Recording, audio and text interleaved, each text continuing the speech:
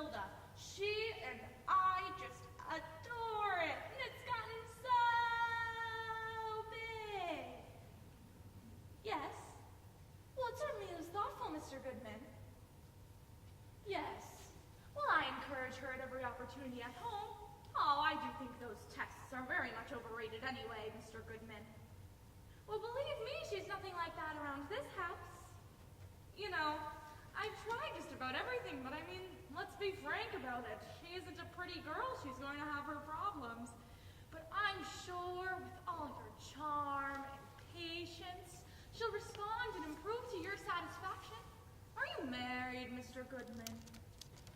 Oh, what a shame! I don't know what's the matter with women today, letting a handsome young man like you get away.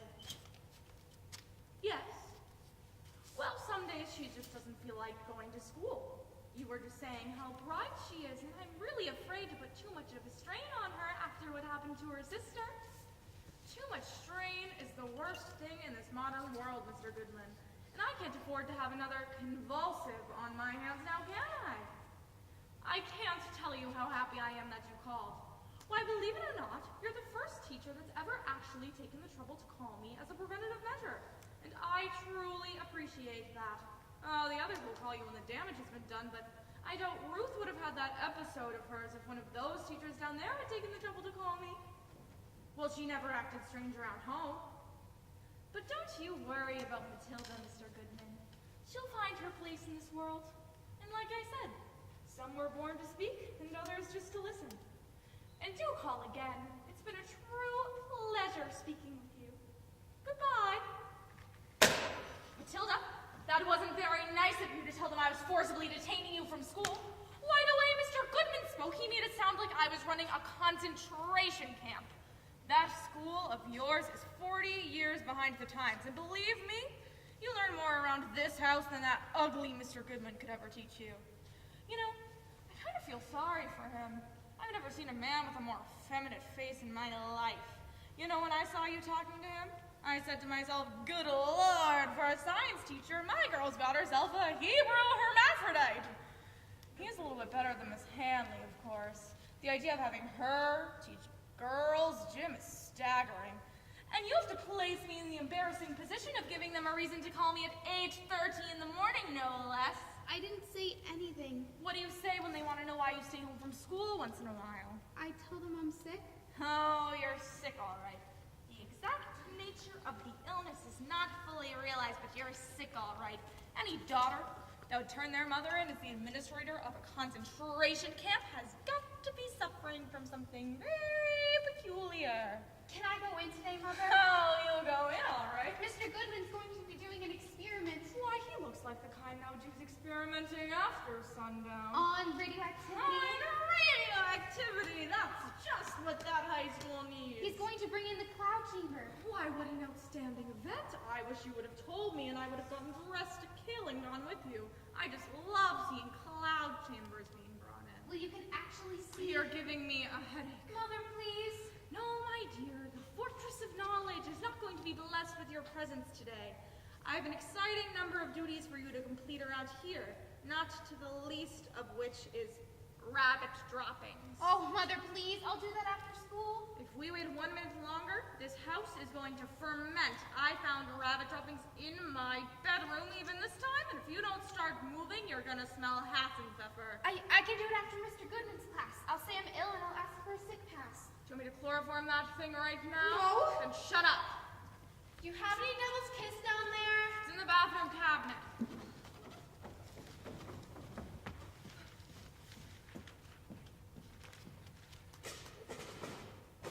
There's so much junk in here. It's driving me crazy. Maybe it's in my purse. If you don't hurry up, you're going to be late for school. Well, I couldn't very well go in without any Devil's Kiss, now could I? Doesn't anyone go anywhere without that all over their lips anymore? Nobody that I know. Except Tilly, that is. And I bet if she had a little on yesterday, they wouldn't have laughed so much at her. Why were they laughing? The assembly. Didn't she tell you about the science assembly? What is she talking about? I don't know. You don't know? My heavens, she was a sight. She had that old jumper on, the faded one with the low collar, and a raggedy slip that showed all over, and her hair looked like old spaghetti. You're exaggerating. And she was cranking this model of something. The Atom. This model of the Atom. It had this crank in a tall tower, so whenever you turned it, these little colorful balls went spinning around like crazy. And there was Tilly cranking away, looking weird as a coot. That old jumper with the raggedy slip and spaghetti hair. Cranking away while some boy with glasses read this stupid speech. And everybody burst into laughter until the teachers had to yell at them. And all day long, the kids kept coming up to me saying, "Is that really your sister? How can you bear it?" And get this, Chris Burns says to me, "She looks like the one who went to the loony doctors." I could have kissed him there and then. Matilda, if you can't get dressed properly to go to school, you're never going to go again. I don't like the idea of people laughing at you, because when they're laughing at you, they're laughing at me.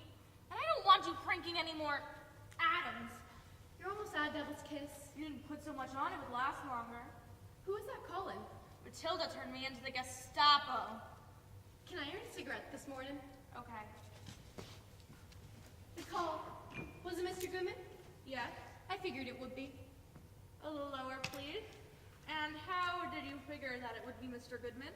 Oh, well, he called me out of sewing class the other day. I remember it because my blouse wasn't all buttoned. And he wanted to know why Tilly's out of school so much. And what did you tell him? I told him you were ill and he wanted to know what kind, so I told him you had leprosy. You didn't. You should have seen his face. He was so cute. And I told him you had ringworm and gangrene. And what did he say? I told him you had what Mother's last patient had. Whatchamacallit? Impetigo? Something like that. Tell me you didn't, Rue. Okay, I didn't. But really, I did. He knew you were kidding. So then I told him to go look up the history, and then he'd find out whenever they go look up the history, they don't bother me again because they think I'm crazy. Ruth? And I told him the disease you have was fatal, and that there wasn't much hope for you. What kind of history is it? Just a little folder with the story of our lives in it, that's all. And how did you ever see it? I read it all last term when Miss Hanley dragged me to the record room because I refused to climb the ropes in gym, and I told her my skull was growing. A little lower, please. Lower, higher, I wish you'd make up your mind. You know, I really did think my skull was growing, either that or a tumor. So she dragged me out of gym class and she thought I couldn't read upside down while she was sitting opposite me with the history. But I could. And what did it say? Oh, it says you're divorced and that I went crazy. And my father took a heart attack at Star Lake. So now you're a widow and I throw convulsions. Oh, that's it. Hold it right there. And it says that I exaggerate and tell stories, and that I'm afraid of death and have nightmares, all that stuff. And what else does it say? I can't remember everything, you know. If you don't hurry up, you're going to be late for school. Remember this, remember that, this, that. Today, I thought, behind the lock, waiting back here. The chamber deflated until the first one. A tree smoke that leads nowhere disappeared. And then another, until I knew it was coming from the metal. They looked like water streaks from a down. And they went on and on for as long as I watched. And they told me that no one could walk with someone for a long time. And if I wanted to, I could stay there all my life and it would never end. That sounds so close I couldn't touch it. In front of my eyes, the world was becoming another. I was exploding, living off the walls and walls of them. And no one could stop the crowd. It was a life for 2 years. On and on, past eternity.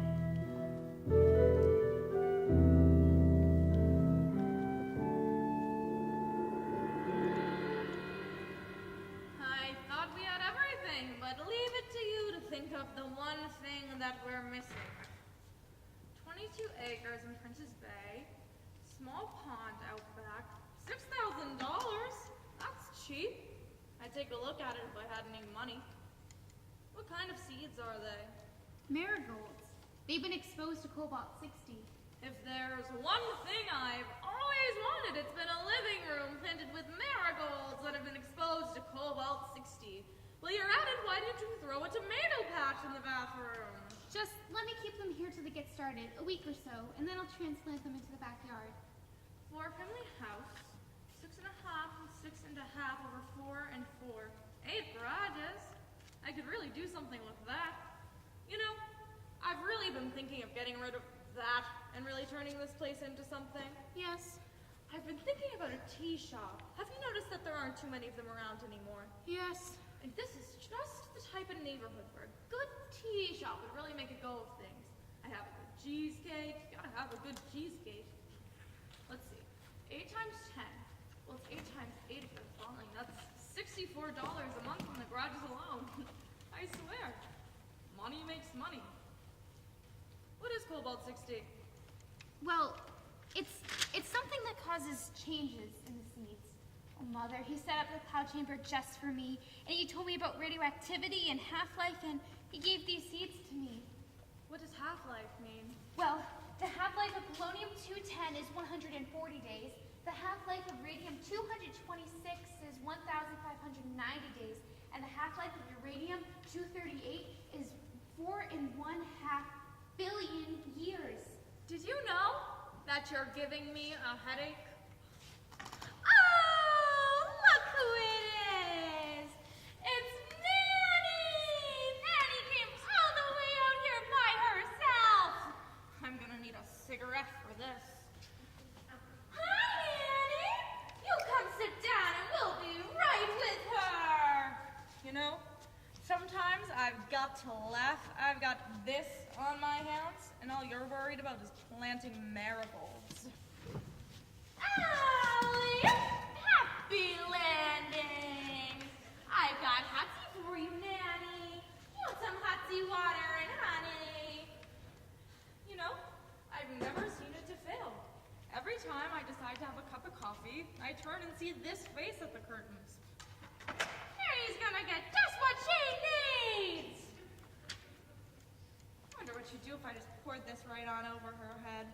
And she wouldn't even notice. Here, Nanny, take honey. Honey with hot tea water. You know, if somebody told me when I was younger that I'd end up feeding honey to a zombie, I'd tell them they were crazy. Come on, Nanny. Here you go. Take the honey. Is something wrong? Oh, mercy, mercy. Did I forget Nanny's spoon? Matilda, watch me give Nanny her spoon. A spoon for Nanny. $50 a week. $50! I look at you, Nanny, and I wonder if it's worth it. I think I'd be better off driving a cab. There you go, Nanny. You should have seen her daughter bring her in here last week. I could have used you that day. Anyway, she came in here pretending like she was Miss Career Woman of the Year, and such a busy little woman, that she just couldn't give all the love and care and affection that her little mumsy needed anymore. Nanny's quite some cross to bear, aren't you, Nanny? But you are a little bit bitter than Mr. Mayo with his brain tumor, or Miss Marion Minto with her cancer, or Mr. Bragum. What was his first name? Alexander? Mr. Alexander Bragum with the worms in his legs. Nanny's quite some girl, isn't she? A girl that's drinking her hot tea and honey.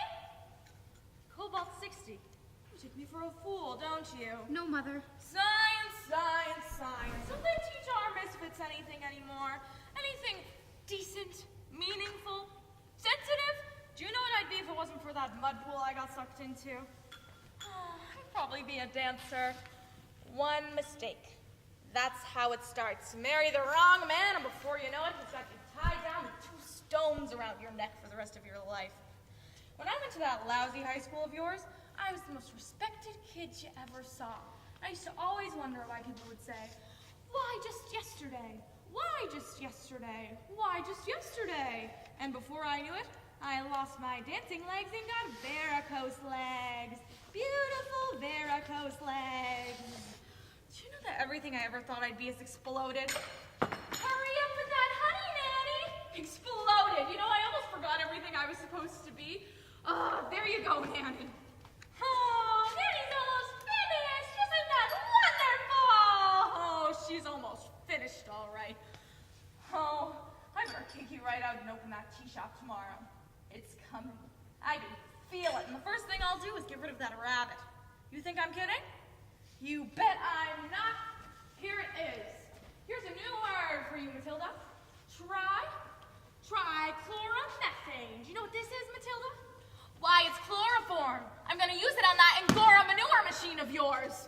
Speaking of manure machines, is Nanny ready to go make duty? Nanny's always ready to go make duty because Nanny's a good goody girl, and good goody girls get good goody things, and God looks out for goody goody girls and gives them hot tea and the honey, right, Nanny? Half-life. You want to know what a half-life is? You just ask me. I got one daughter with half a brain, and there's a half a test tube, half a husband, a house full of rabbit crap, and half a corpse. That's what I call half-life, Matilda. Me and Cobalt 60, two of the biggest half-lives you ever saw.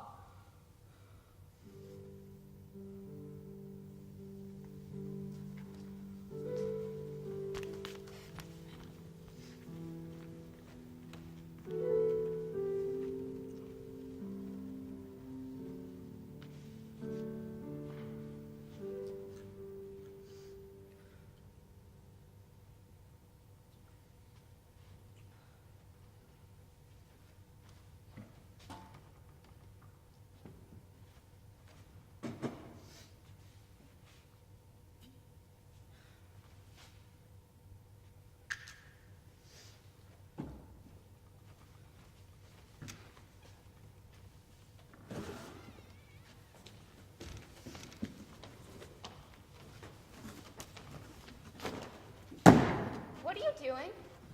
A little house cleaning. And you're gonna help. You can start by getting rid of that rabbit or I'll suffocate the bastard. You think I'm kidding, don't you? Oh, you wait and see. Where's Ruth? She's probably running around the schoolyard in her brassiere. Mother, they want me to do something at school. Nanny, did you hear that? They want her to do something at school. Isn't that momentous, Nanny? Well, I want you to do something around here. Like get rid of that rabbit. I'm being generous. I'll let you give it away. Far away. Give it to Mr. Goodman. I'd chloroform the thing myself, but that sister of yours would throw convulsions 50 years, and I hate a house that vibrates. Oh, and get rid of those sterile marigolds. They stink. Can you believe it? I didn't until Chris Burns told me about it in geography. Tilly, I'm so proud. Aren't you so happy you could bust? Everybody was talking about it, and nobody, well, it was the first time they all came up to me screaming about her, and I said, yes, she's my sister. I said it. She's my sister, my sister, my sister. Give me a cigarette. Get your hands off my personal property. I'll scratch your back later. I don't want you to touch me. All right. Did he call yet? I can't believe it. I just can't. What is she talking about? I was in She the didn't science... tell you? Mama, she's fantastic. She's a finalist in the science fair. There were only 5 of them out of hundreds and hundreds. She won with all those crazy plants over there. Isn't that a scream? They're freaks. Dr. Berg picked her himself, the principal. And I heard Mr. Goodman say she was going to be like another Madam Pastor, and he'd never seen a girl do anything like that before. That must be him. Answer it, Mama. I'm afraid. Answer it. He's gonna hang up. Mama.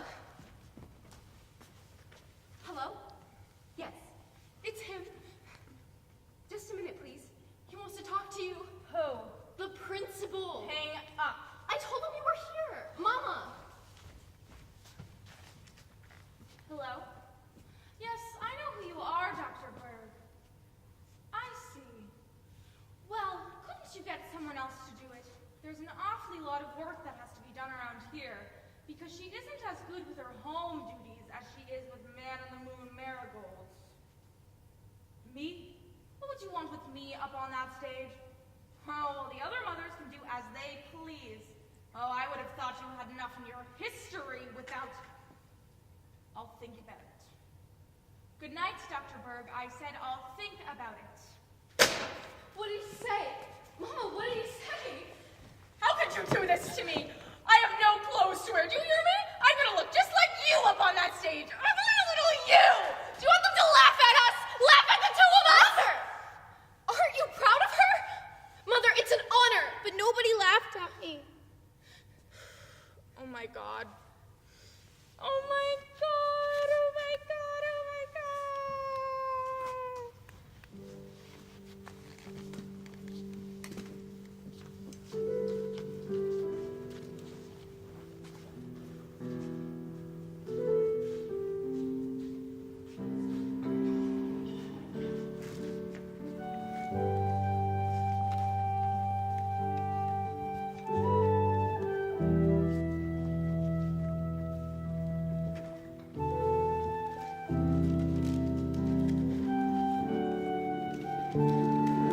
The only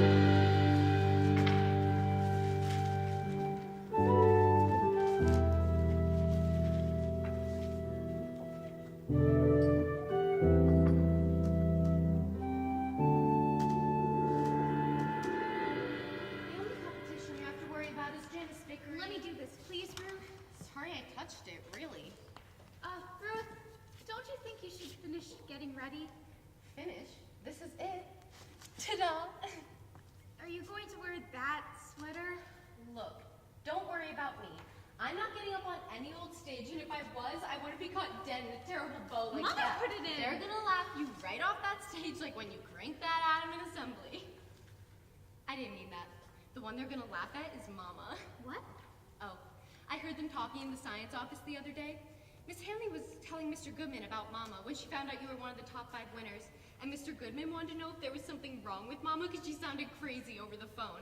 And Miss Hanley said that she was crazy, and she always has been, and she can't wait to see what she looks like after all these years. Miss Hanley said her nickname used to be Betty the Loon. Ruth, stop, you're hurting. She was just like you, and everybody thought she was a big weirdo. There, you look much better. Do you know what they're all waiting to see? Mama's feathers. That's what Miss Hanley said. Miss Hanley said Mama blabs as though she were the Queen of England, as proper as can be, and that her idea of getting dressed up is to put on all the feathers in the world and to go as a bird. Always trying to get somewhere like a great big bird. Don't tell Mama, please. It doesn't matter. It doesn't matter? You think I want to be laughed right out of the school with Chris Burns there and all? Laughed right out of the school with your spaghetti hair and her feathers up on that stage, and Miss Hanley just splitting her sides. Promise me you won't say anything. On one condition. What? Give Peter to me. He belongs to all of us. For me. All for me. What do you care? He means nothing to you now that you've got all those crazy plans. Will you stop? If you don't give him to me, I'm going to tell Mama that everyone is waiting to laugh at her. Where are those typewritten cards? I mean it! Give him to me! Does he really mean that much to you? Yes! All right. First they have Betty the Loon, now they've got Tilly the Loon. You don't have to worry about me trading you in for any old plants. How much does a taxi from here to the school cost? Not much. Mother, the taxi will be here any minute. You're lucky I'm coming at all without all this rushing me. Mama, you look beautiful. Don't put it on too thick. I said I'd come, and I guess there's no way of getting out of it. And how long is this thing going to last? And listen, I don't care if you win the whole damn thing. I'm not making any speech. I can hold my own anywhere, but I hated that school when I went there, and I hate it now. Look, if you don't want me to come, I don't have to. You're about as enthusiastic as a dummy about the whole thing. I'm sorry. And I refuse to let you get nervous. Put that bow back in your hair. I took it out. What'd you do that for? Because it made her look crazy. How would you know what crazy looks like? If that sweater of yours was any tighter, it would cut off the circulation in your chest. Here, Matilda. The bow looks very nice. There's nothing wrong with looking proper. And if you can't afford to look expensive and perfect, people appreciate it if you try to look nice. There you go. You know, Matilda, I've been wondering, do you really think you'll win? Not that you won't be the best one there, but there's so much politics in school. If you're even just a little bit different in this world, they try to kill you off. Tilly gave Peter to me. Oh, good. Then you inherited the rabbit droppings I found upstairs. What are you doing with your coat on? I'm going out to wait for the taxi. Oh, no, you're not. You're going to start in on those rabbit droppings, or you'll get another cigarette if you scratch my back with an orange knife. I'm going down to the school Oh, with you. no, you're not. You're going to stay here and keep watching that old corpse in there. If she comes out and starts gagging, you slip her a shot of whiskey. Matilda, quick, get the plants. I'll get the big stick. I want to go. I promised Chris Burns I'd meet him. Can't you understand English? I've got to go. Shut up! I don't care. I'm going anyways. What did you say? Mother! Matilda, get the boxes and hurry up. And tell him to stop blowing his horn. Hurry up!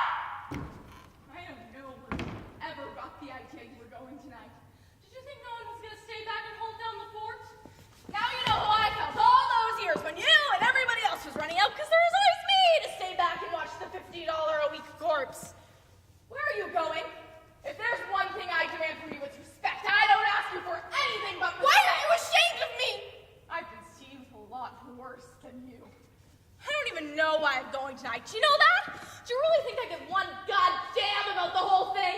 Do you really want to know why I'm going? Do you really want to know why just this once someone else has to stay back and keep watching the dried prune in there? Because this is the first time in my life I feel just a little bit proud. Isn't that silly? Somewhere in the back of this turtle-sized brain of mine, I feel just a little bit proud. Jesus Christ! And you begrudge me even if that's you little bastard! Hurry up. They're waiting for you. They're all waiting for you. Who's waiting for me? Everyone, including Miss Hanley. She told all the teachers about you, and they're all waiting. You're such a little liar, Ruth. You know that? When you can't have what you want, you try to ruin it for everybody else. Good night, Betty the Loon.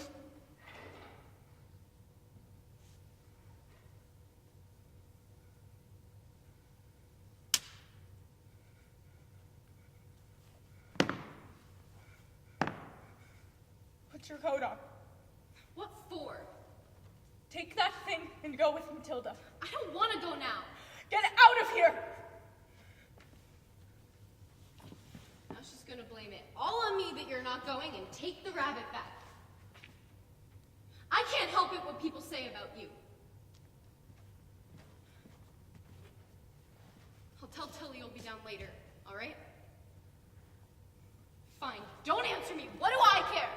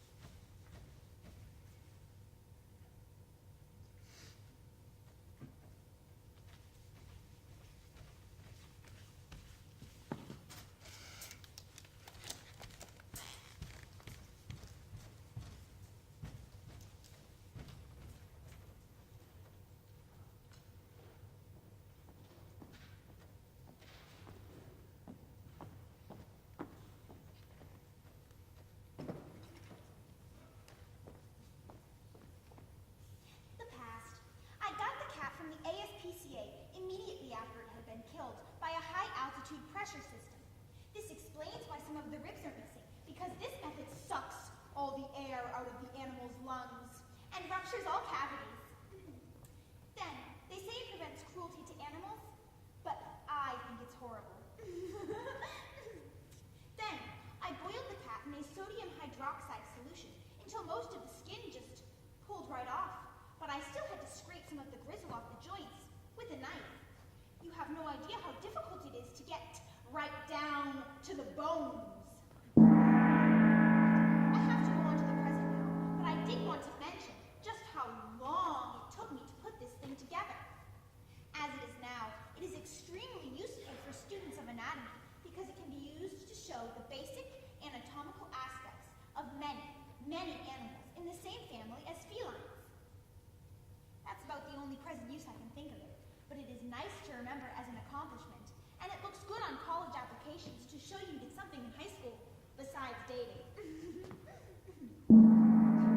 The future. The only future plans I have for Tabby. My little brother asked the ASPCA what it was called when I went to pick it up, and they told him it was called Tabby, but I think they were kidding him.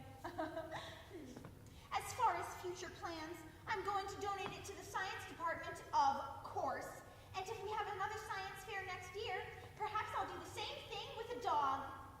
Thank you very much for your attention, and I hope I win.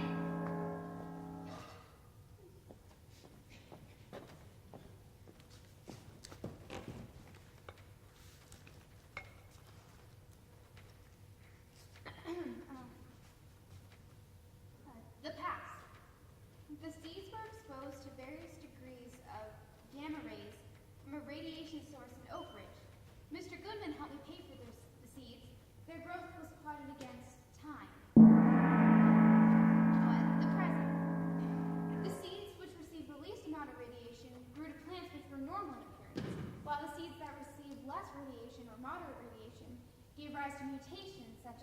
wild blooms, giant stems, and variegated leaves. The seeds which receive the most radiation killed or yielded dwarf plants. After radiation is better understood, a day will come when the power from exploding atoms will change the whole world we know. Some of these mutations will be good things, wonderful things beyond our dreams. And I believe this with all my heart. The day will come when mankind will thank God for the strange and beautiful energy of the atom.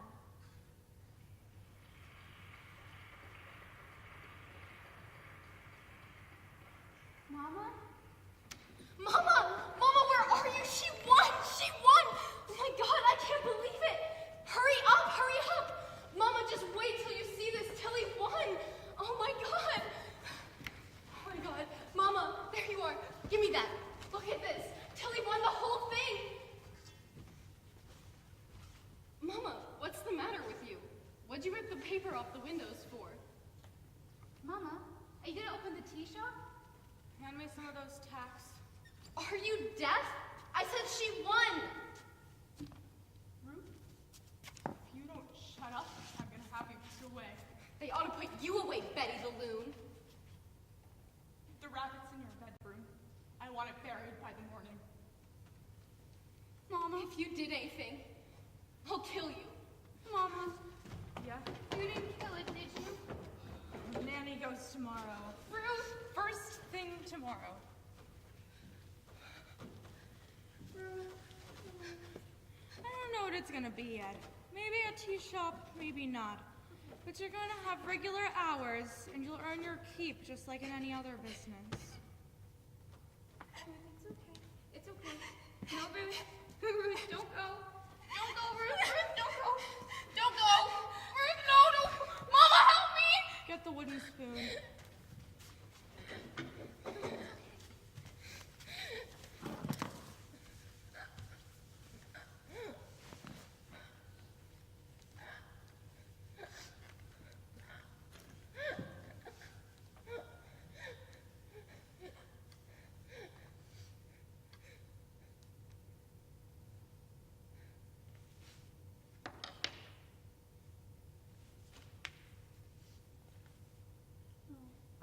No.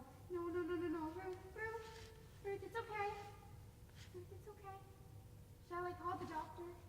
Shall I call the doctor? No, she'll be fine. I think I better call the doctor.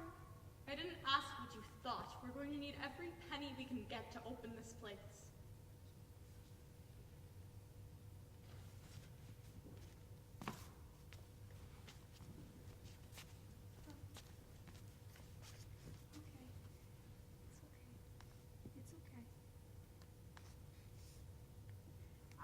I'd better bury the rabbit. Don't bury the towel. I'll do it in the morning. Matilda? Yes, Mama? I hate the world, Matilda. You know that? Yes, Mama. I hate the world.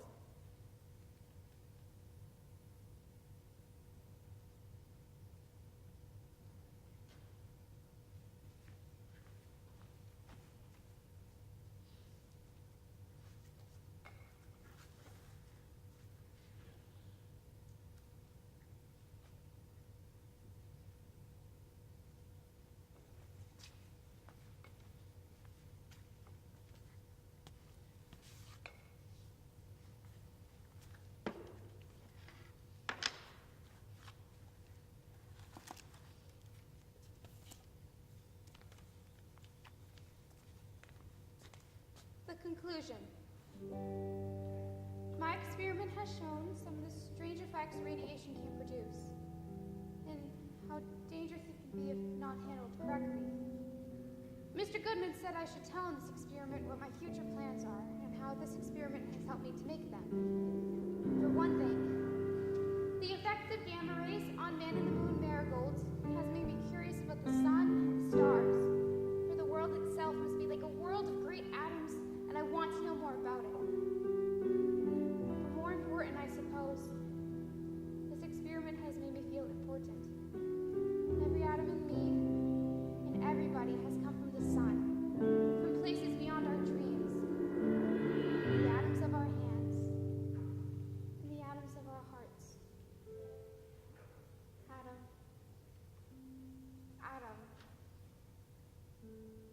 What a beautiful word.